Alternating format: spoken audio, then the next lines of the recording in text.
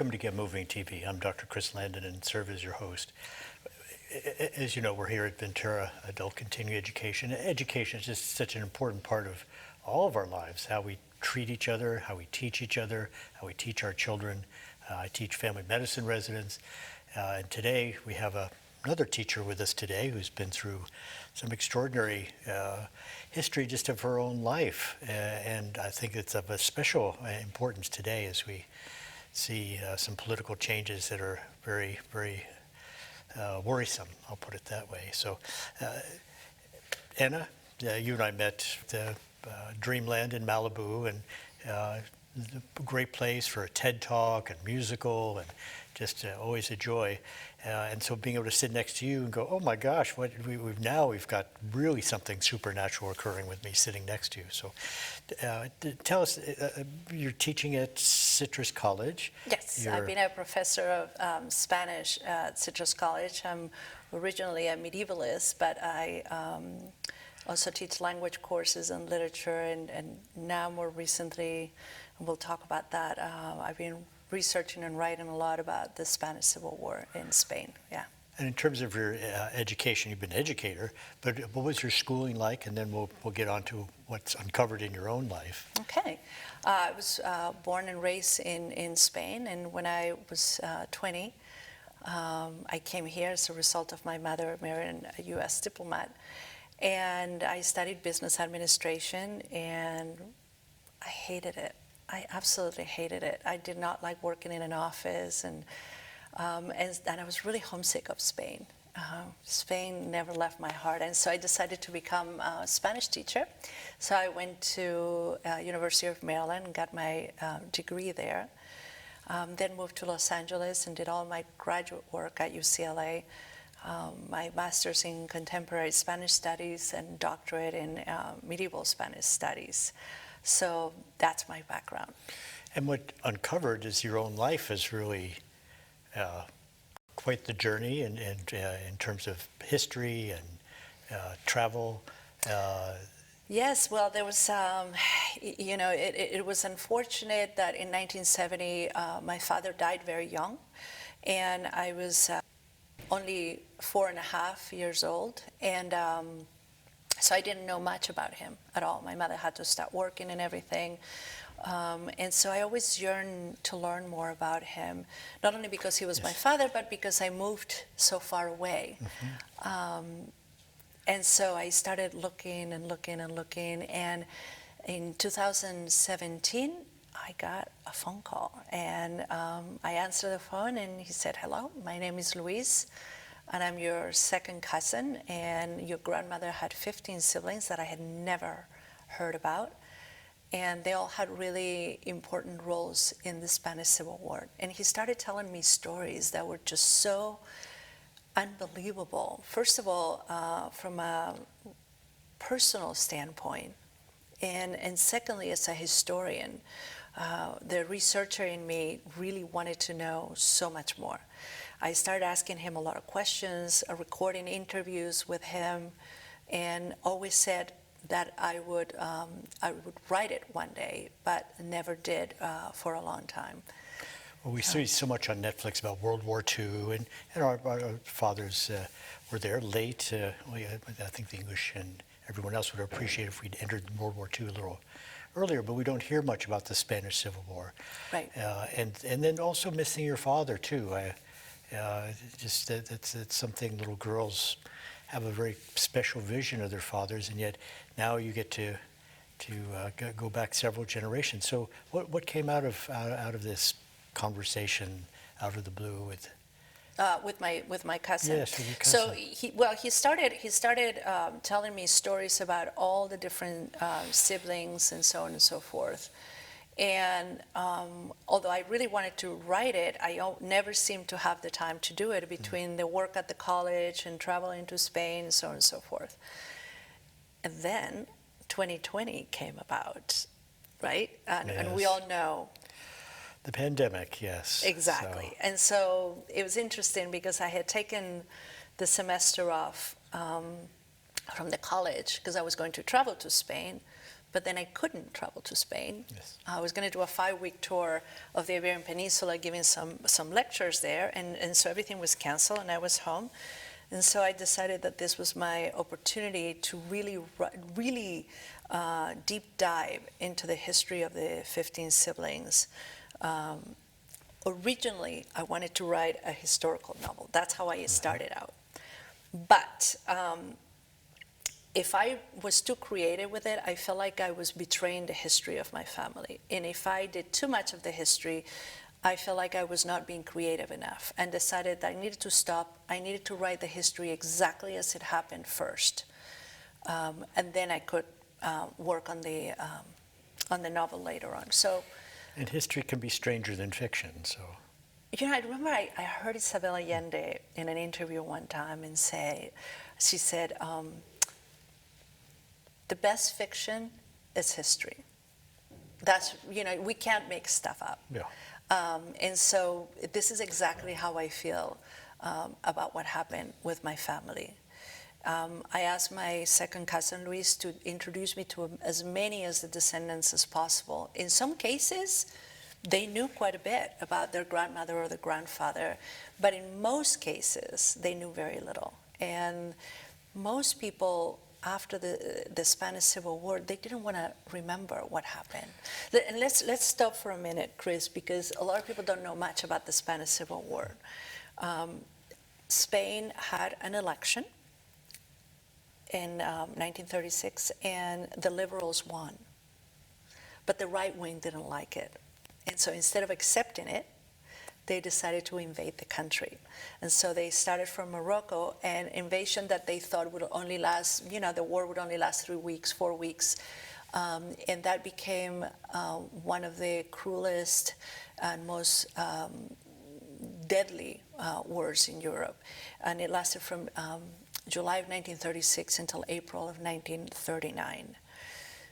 Unfortunately, the fascists won. Our democracy was completely destroyed in the process.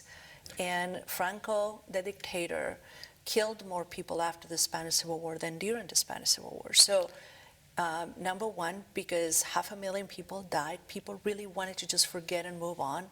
But those who didn't want to forget were afraid to speak. Well, history is written by the victors, and Exactly. And so that means that the stories of the liberals that believed in democracy were never shared. So I also had to dig into the archives. I had a lot of help in Spain. My cousin Maribel really helped me out. She was my first cousin, and she was great in helping me keep everything organized and so on.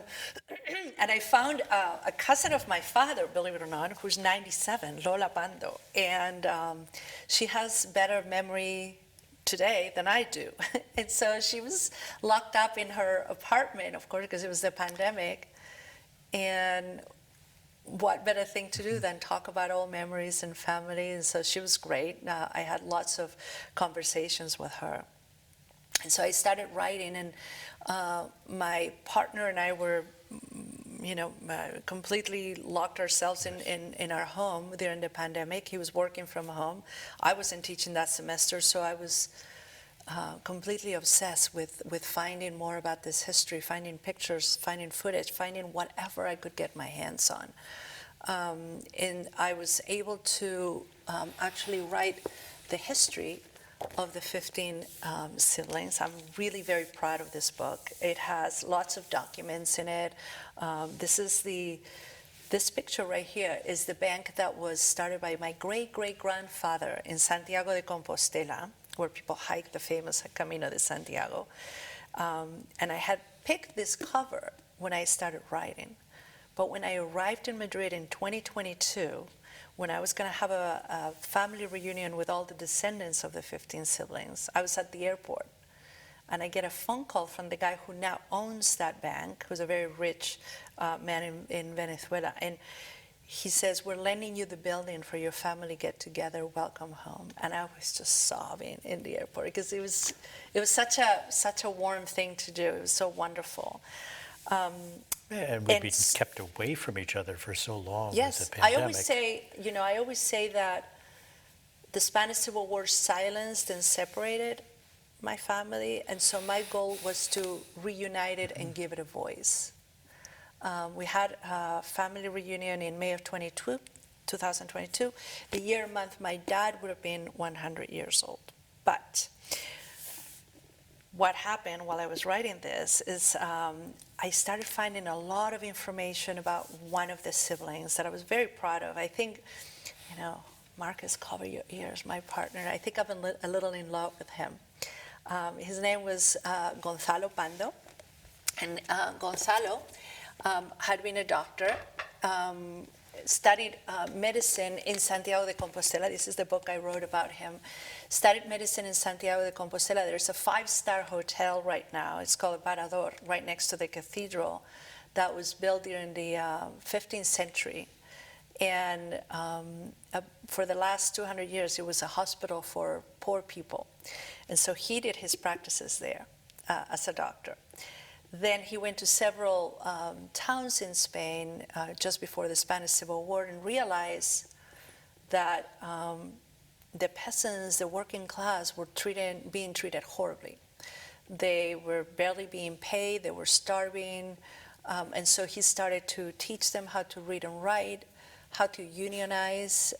This is the rise of communism in Spain. And of course, communism in Spain is not what communism in Russia was, right? It was really more of a frame of social justice. When the Spanish Civil War broke out, when the invasion happened, he was living in a town just north of Madrid, and he couldn't stand for it. And so he changed the surgery knife for the rifle and went up to the mountains. He stopped being a doctor at that point. He went to the mountains with a group of about 10 men and rifles and started fighting and became one of the most notorious commanders of the Spanish Civil War. I happened to uncover a picture of his men right here, which is amazing. And so I was obsessed with him. I started looking for pictures of him everywhere that I could find him. One of my second cousins gave me a picture that was, to this day, I cherish it. Most people think, when do you think the fascists were defeated for the first time? What is the first thing that comes to mind? The end of the war, of the Great War. Well, most people think it was during World War II, right? Yes. But that's not the case. The first time that the fascists were ever defeated was in Guadalajara, Spain, in March of 1937. So who won that battle? He did. So this picture was taken literally a half an hour after he won that battle. It had never been published before. So I was just screaming with joy when I found it, because it was such a piece of history. For those of you who know about Ernest Hemingway, he was writing about the Spanish Civil War and sending all the information to the newspapers in the US. He was about 10 miles from him, writing about his victory and sending that to the US. So I write about him as well. So I wrote this book, and I find it really, really relevant to today's history, right? What do you think? Yes. What do you think? It's the similarity. Yes, it's very, very scary. Without getting into Yes. politics necessarily, it was kind of interesting, because when I was writing it, I thought, wow, the situation in Spain before the Spanish Civil War is so similar to what's going on in this country. Yes. And I took a little break from work to have some lunch, and I turned on the news. You know what day it was? January 6th. So I feel that this work is very, very relevant, because people tend to forget how fragile democracy is, how easy it is to ruin it. I'm not trying to be political here. I'm just documenting history and trying to remind especially our younger generation that we can't allow this sort of a thing to ever happen again. Interestingly enough, in Spain, people are still very divided as to who should have won that Spanish Civil War. I couldn't believe it.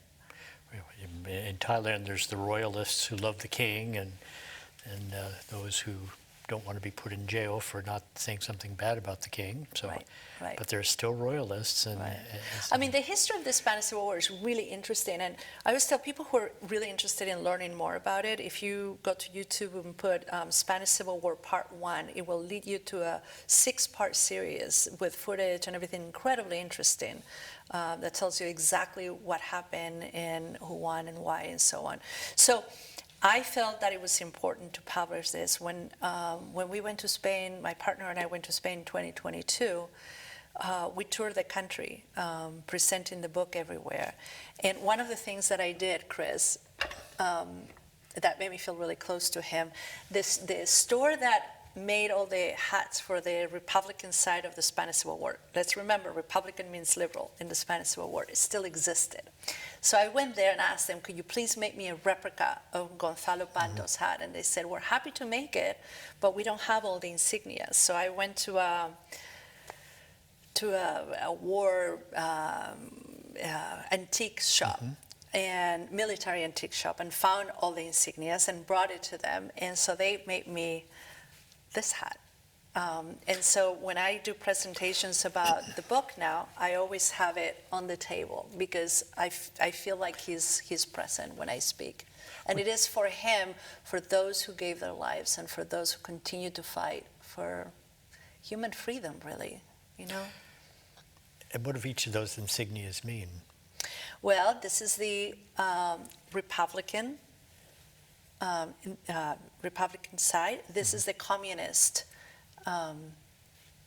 party. And again, let's remember, when my great uncle was not a Leninist from Russia. He was a communist in the sense of he wanted social justice for the working class. Does that make sense? It does.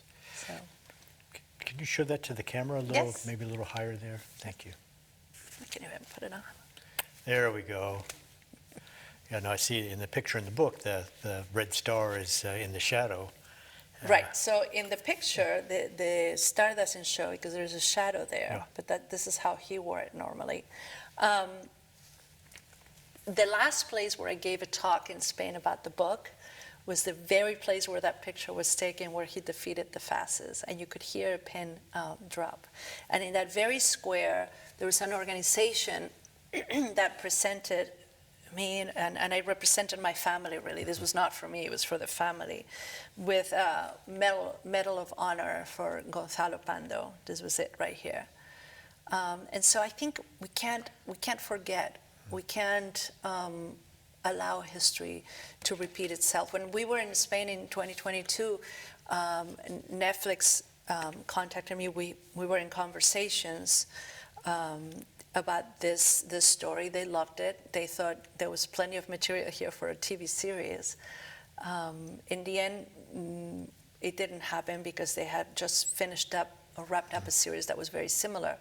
But they thought that it was an important story that needed to be told. And so I have this sense of wanting to continue on with it. And so now I'm working on a historical novel about the whole family, hoping that this will reach a lot more people that way. So. And how's the little 4.5-year-old girl without her father doing through all this? Has it helped to fill It in helped me, yes, absolutely. It helped me to connect. Here's an interesting coincidence, since we're talking about coincidences. The town where Gonzalo Pando lived just before the Spanish Civil War, it just so happened that my father, who was the director of a mining company, his company had purchased some land there to make a hydraulic electricity. Hydroelectric plant. And so we used to go there as little kids. And so when I went to that town to present the book, one of the city councils was giving me a tour, and we go into a restaurant, and this 80-year-old, more or less, man walks in and signs my father's name and says, was this your father's signature? I said, yes. How do you know? And he said, I was your father's right-hand man in the electric press here in Rascafria. and I had you in my arms when we were burying him when you were 4.5. Imagine how that felt, Chris. Oh, So I'm gonna cry. it was a way for me to connect with Yes. him in such a different way. And Yes. he took me to the house where we used to go as little kids and so on. And so there was a connection. And so now he's like almost like a second father to me. So absolutely, I felt so much more centered as a result of this entire project. So it's incredibly fulfilling at a personal level and incredibly fulfilling as a scholar. So I hope to continue with this. Could you expand on maybe just one chapter, perhaps? Of the book? Of the book, yes. So we're going to be purchasing this, all of us. It's Well, quite first great of all, excitement. the book Yes. is only, for right now, it's only written in Spanish because I felt it to be very important that it would be published for the people of Spain first, because they're the ones Yes. that are starving for the history of the side that didn't win. I didn't Yes. want to say the side that lost. We didn't lose. We're still here, and it's available on Amazon. But so I talk, for instance, about how his father. I start with his ancestors. His father had been the mayor of the town, very liberal. He was a pharmacist. And because they were treating people so badly, all the peasants, when people came in and they needed medication and they didn't have the money for it, he would just give it to them. Gonzalo Panda was a very similar man. Imagine in a small village where most people didn't even know how to read and write. They just worked in the fields and everything. A lot of these people didn't have money for a doctor, and you had to pay for it. Well, Gonzalo Pando followed the story of his father and didn't charge them. So he married a woman that was his first cousin. Her name was Asuncion. And Asuncion had been engaged to be married to a very, very famous author in Spain, Ramon J. Sender. And they broke up, and so she was very upset, living in Madrid, and went up to Santiago de Compostela when Gonzalo Pando was studying medicine there. And when she came back, she said, "There are two things about Santiago that made me fall in love: the cathedral and the eyes of my cousin Gonzalo."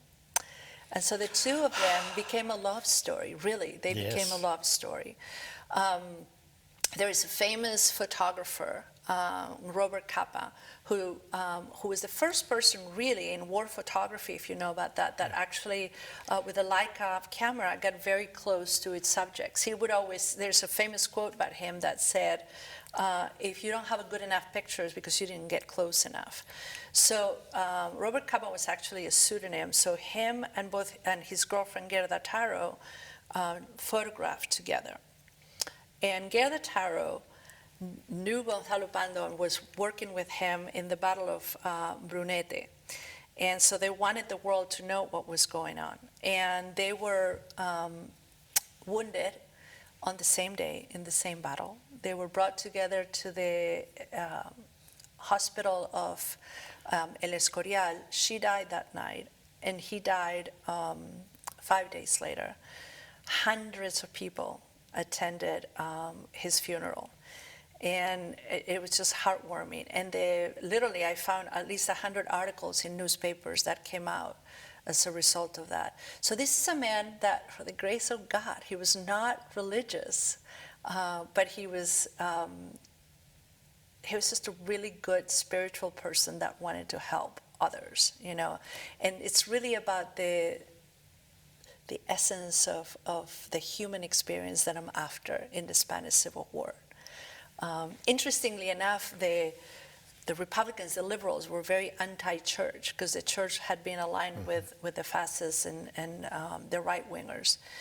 And so the Republicans wanted to burn the church in the town. And Gonzalo Pando said no.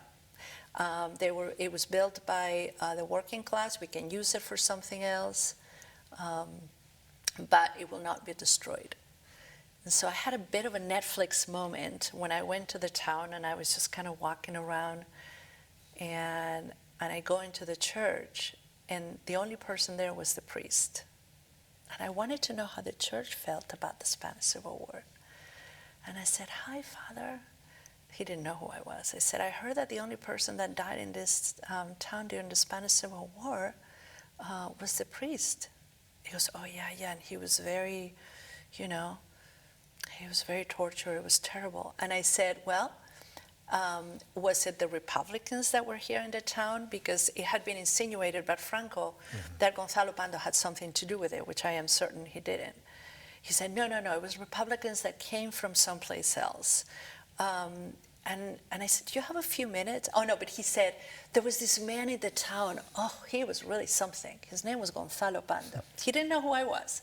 I said, do you have a few minutes? And he said, yeah, yeah. So I started telling him the story of how my father died and this and that. And then I said, and then I just had to write a book of the history of my family. I couldn't help myself. So I pulled out my phone and show him this picture. And he went like this. And that was I call that a Netflix moment, because I really needed him to understand that the history, it's not like the people who wrote it, that there's always another side. So, these are some of the stories that I write about in the book. I also have some technicalities. I talk about the Battle of Guadalajara and exactly how he won that battle. So that's really interesting too. I'll be giving another talk in Madrid, probably in March of this year. So. Well, and thank you so much for even just giving a small look at this book, because it's about love and war, and what elements doesn't it have? And I think. Well, it's about all of that. It's about war. It's about how it touches everything in its path and how it destroys it. It's about perseverance. It's about family and how we're there for each other. I had the honor of visiting his grave when I went to Spain, and I feel very connected to him as a family member. So. Well, Ventura, it's time for you to get moving to Spain and stay connected with your families as well.